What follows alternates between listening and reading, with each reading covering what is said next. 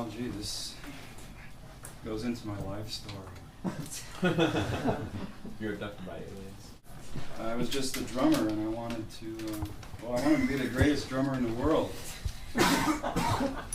I mean, I studied with a great drum teacher, and he was friends with Buddy Rich. Blah, blah, blah, blah. And one day I thought, you know, I'd like to put 4 different time signatures together, and I've been obsessed with it ever since, and now I want to do it with tunings. And I mean, that's, if there's any organicism to this, it comes from my drumming. It's not because Ives did it. It's not because Johnny Reinhardt started maybe calling it poly-microtonality. I just wanted to do this, and I finally learned who else had gone before me and tried, you know. That's why I went back to school, learned everything I needed. I learned how to research this. Yeah. How do you feel about the difference between using the terms polytempi and polymeter, with the meters just being complex? They're just, it's like short term. Polyrhythm is small, and polymeter is medium, and polytempo is large. I mean, right? Makes sense. You could have polymeter that goes through a whole piece, but if it ultimately changes the tempo, then I guess that'd be an implicit tempo change designation, I think.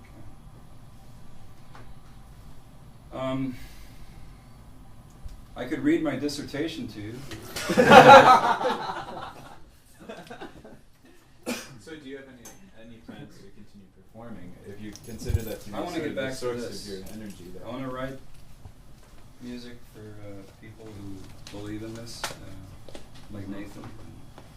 I need to get back to the drums. I don't want to stand in front of a class and teach theory to kids who don't give a fuck about shit.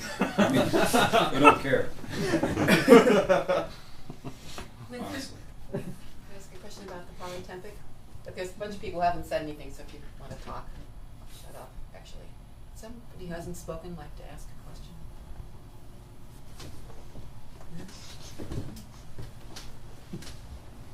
So I'll ask my question. How do you, with polytempic,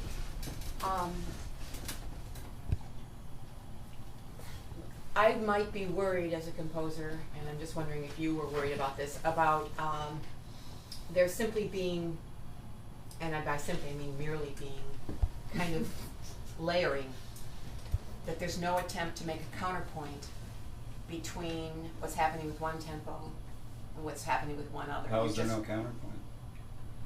Well, No attempt to make. it's I kind of don't like know. laying, well, I guess I'm asking you,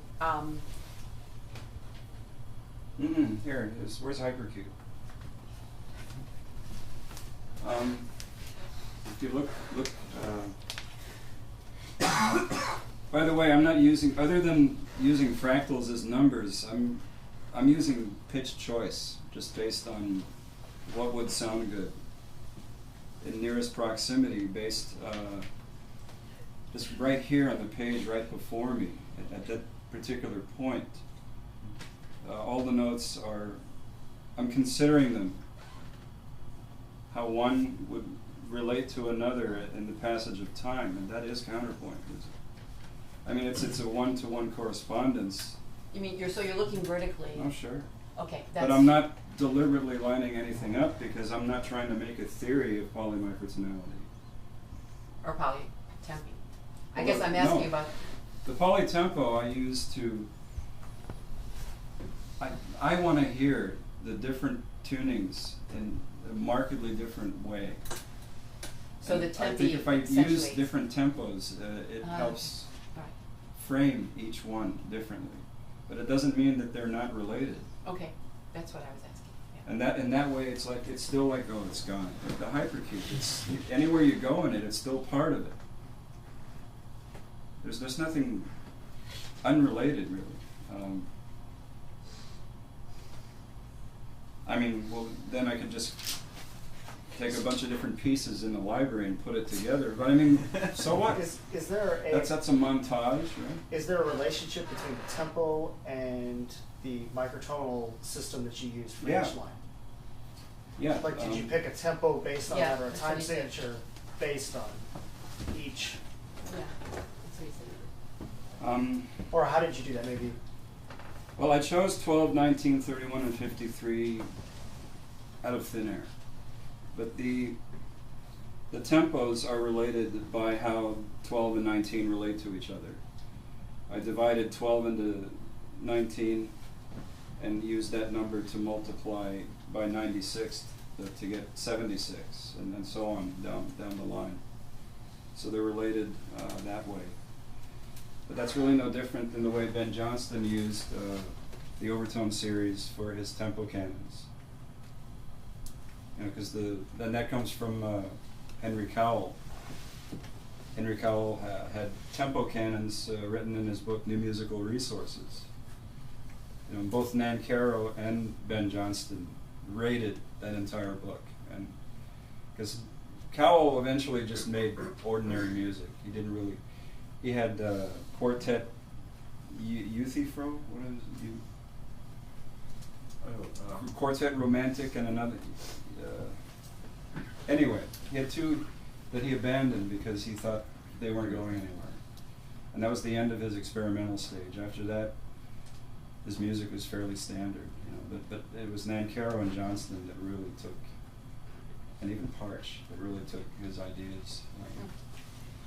So, but the presumption is that both of these two areas have to be made to join one another in a singular space, right? Or that they must be sort of derived somehow from the same kind of a process, right? Yeah. Well, I mean, do you imagine there being a lot of creative productivity out of having one process ignore the other process, or do something? That would be a dynamic system. Contradistinction to it, or something like that. That'd be great. The Fernihow does that. Uh-huh. If you have competing systems, or if you have, or the performer's gesticulating because there's so many choices to make, and it's somewhat aleatoric, so they're spastic on stage, you know, trying to read conflicting, you know. Yeah, I don't have a problem with that. I mean, maybe this is kind of like that too. Yes. Someone plays the oud Yes. near Haifa, played for me. And I asked him about all these things, the microtones and everything. So he looks to my eyes and he says, I said to him, why do you do that? He says, it replicates the way I speak. Mm. He didn't speak to the listener. He spoke with a listener. Looked to me and he answered my question. That's exactly what I thought earlier. People were asking you to speak with a listener. If you could have a dialogue with a listener to your pieces, what would you say to them as an invitation to listen to your piece? You can take a moment and answer this, but maybe you didn't think about it, maybe you did think about it. It's related to why you did something and why now, and why for those people. Us. That's very existential. Fuck it. I'm writing this for me, as if I were talking to myself.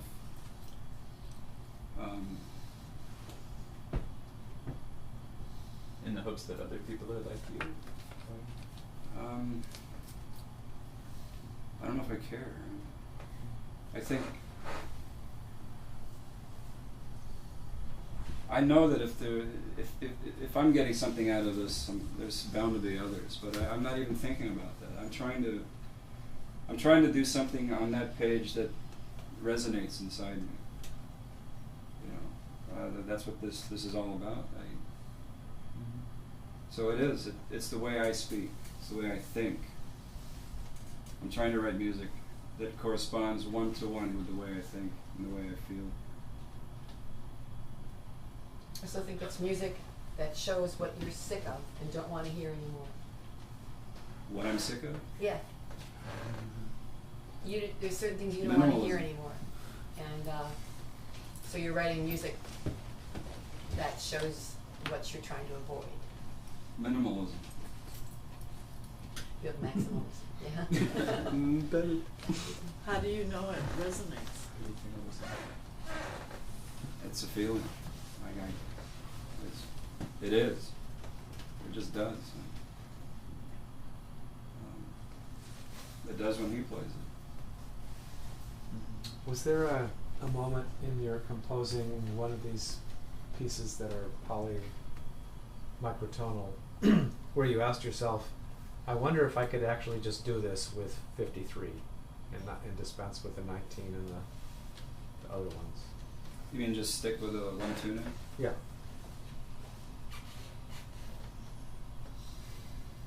That's too normal. So it didn't even really cross your mind, does it? No. Yeah.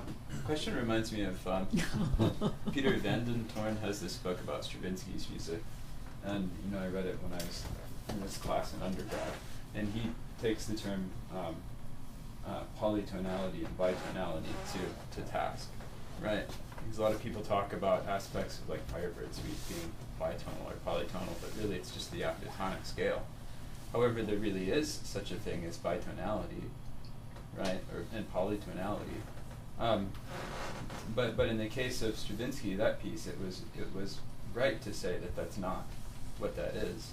So to me, sort of, it's the articulation of a sort of obstinate difference, right? And the point is that you're listening to this piece and you can hear that the oil and the water isn't mixing, right? And that's the sort of pleasure about it.